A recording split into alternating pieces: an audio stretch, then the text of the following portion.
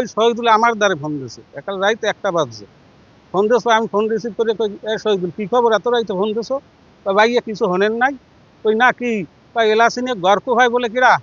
আমি কই না, এরকম তো আলাপ পাই না। তো আল্লাহ কথা বলতে বলতে আমি রাস্তায় আইছি লাইট লইয়া, একটু নামিয়ে দেখেন, কই এবার একটা কাউও দেই না, কি গর্ক হয় আর কি কব। হ্যাঁ, ভাই আপনি একটু যাইলেন, আমি পরে ঘরে যাইয়া আমাকে বাড়ির জন্য লইয়া কই তুই আমার সাথে আয়। আরে লইয়া আইয়া এমনি খারাই দুয়ার দ্বারা খারাই আমি বলান দিছি এলাসিনের, আবার আমি মামানি বলাই, ও মামানি ও মামানি, 3 বলানের পর ওই ছোট মাইয়েরা ঠিক করে লইয়া কইতে আছে যে ভাইয়া আমাকে বাঁচান, আমার খুব হয়। কই গেটু তুই দুয়ার খোল, কোনো ভয় নাই, আমি আইছি দুয়ার খোল। দুয়ার বাইর খুলতে বাঁধতে তুই গেছে, একটা দড়ি দিয়ে দুয়ার বাঁধছে। আমি ওই যে লাইট মারিয়া ওই দুয়ারটা খুলে যাই যাই এলাসিন ওই কল্লা জুলেন না ওই সহি হইতে বেউস। আর ওই ছোট মাইয়েরা ওই বইয়ে পড়ছে, আর বড় মাইয়েটা হইলে ওই কাপড় চোপড় চিড়িয়ে বিড়ে। আমি এক নজর দেখতে আমি ব্যাগে আইয়া আমাকে বাড়ির জন্য করে যে আরে সেভ করার একটা অন্য দে। আমি আপু মা ঘুমাইছি, তারপর ঘুমিয়ে কিন্তু আপু উঠতে কাকি এটা যে আমাকে ঘর কোপায়। তারপর আমি কাকি ঘর কোপায় না, সত্যি ঘর কোপায়। ও কাকি হ।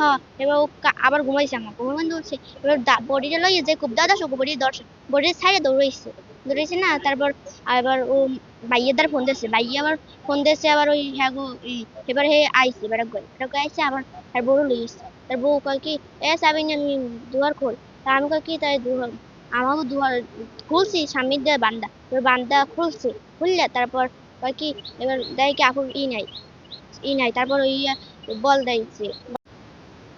আসলে দুঃখজনক ঘটনা।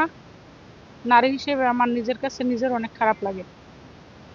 দলমত নির্বিশেষে সালাম গাজী আওয়ামী লীগপন্থী ছিল, সেটা থাকুক, উনি দল করতেই পারে, কিন্তু আসলে দুঃখজনক ঘটনা।